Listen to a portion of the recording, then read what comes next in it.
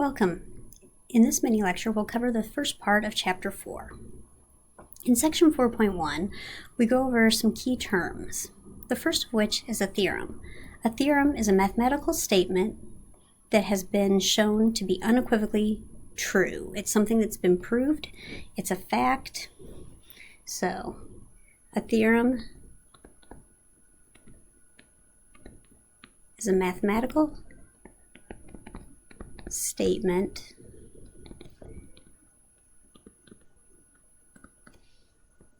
that has been shown to be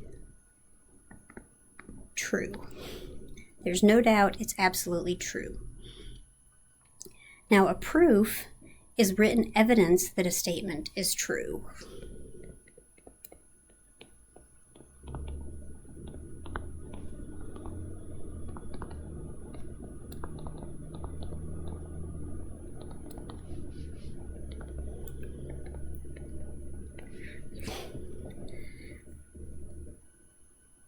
A definition is an unambiguous explanation of a mathematical term.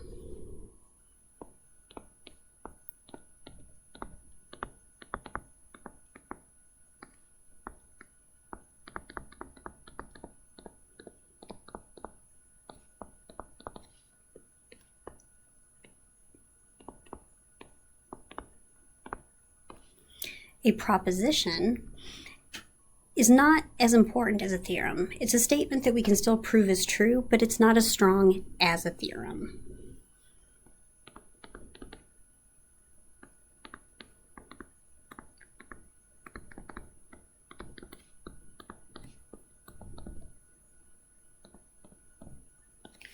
A lemma is usually a smaller theorem or a proposition that helps us prove a bigger theorem.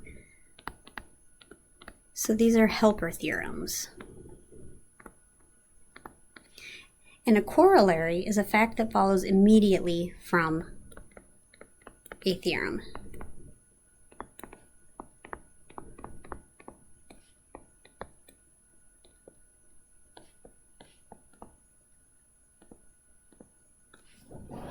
So, using these terms, we're going to move into the meat of the course, and we're going to start proving a lot of theorems and propositions. And to do that, we're going to need some definitions. Our first definition is for an even integer, and we will say that an integer n is even if and only if n is equal to 2a for some integer a. So that means that we have to be able to write our number as 2 times another integer. Similarly, an integer n is odd if and only if n is equal to 2a plus 1 for some integer a. We will say that two integers have the same parity if they are both odd or both even. Otherwise, they are of opposite parity. We will say that a divides b, written a vertical bar b, if and only if b is equal to ac for some c and z. So for example, we know that 3 divides 6 because 6 is equal to 3 times 2. We can write 6 as 3 times another integer. And because 6 can be written as 3 times 2, that also tells us that 6 is even. A natural number n is prime if and only if it has exactly 2 positive divisors, 1 and itself. The greatest common divisor of two integers a and b is the largest integer that divides both a and b. The least common multiple of non-zero integers a and b is the smallest positive integer that is a multiple of both a and b. So these definitions will shape all of our proofs in the next section. So we need to make sure that we are very familiar with them. So let's look and see how these definitions help us prove something. Our first proof strategy is that of a direct proof of an implication. P implies Q. So if we have a theorem that's stated as if P then Q, we will suppose that P is true. Something will happen in the middle, and ultimately we will decide and conclude that Q also is true. So let's look at an example. Now, our first examples aren't very exciting, but in due time our proofs will get much more complex. Right now, we're just trying to understand the structure. So, let's prove this proposition. Let x be an integer. We're going to prove that if x is odd, then x plus 1 is even. Now, if you think of some examples, you can probably convince yourself this is true. But as mathematicians, we want to use our precise definitions to prove this for every possible integer. So, we're going to start with the hypothesis, x is odd. So for our proof, we're going to let x be an integer such that x is odd. Now, by definition of odd, what can we say? We can say that x equals 2k plus 1 for some integer k. Now, let's consider what we're trying to prove. We're trying to prove that x plus 1 is even. So, x plus 1 would be 2k plus 1 plus 1. 2k plus 1 is what we're substituting in for x. And so if we simplify this, we get 2k plus 2, which ultimately is 2 times k plus 1.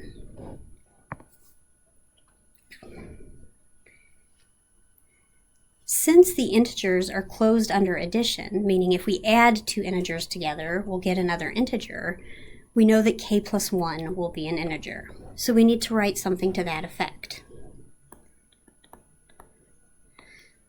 Since the integers are closed under addition, k plus 1 is an integer. Now,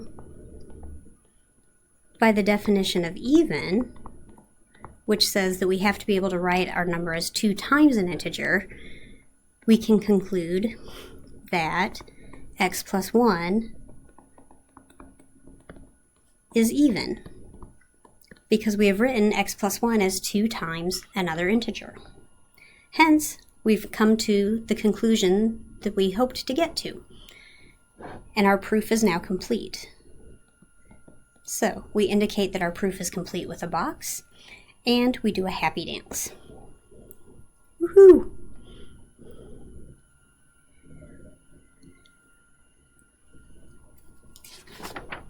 Let's look at another one.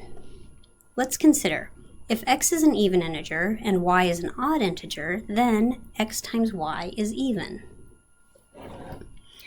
So again, we want to start with our hypothesis and ultimately get to the conclusion that x times y is even.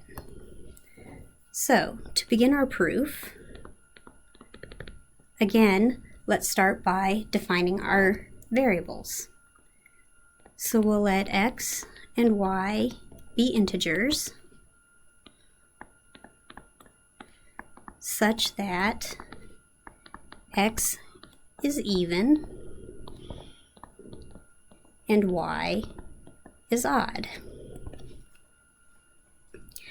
Now, by definition of even,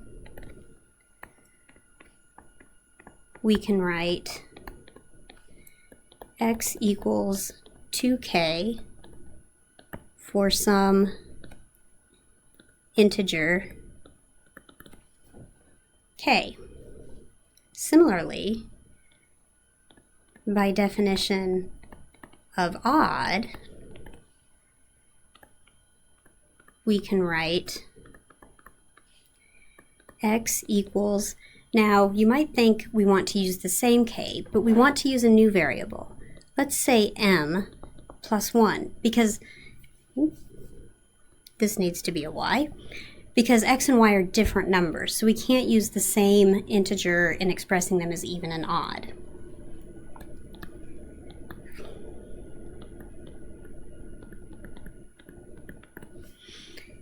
Now, looking at where we want to go, we want to consider x times y. So now, x times y will be 2k times 2m plus 1, which if we simplify this, gives us 4km plus 2k, or 2 times 2km plus k. Again, since k and m are integers, 2k plus m plus k will be an integer. So we're able to say something along the lines of, since the integers are closed under addition and multiplication,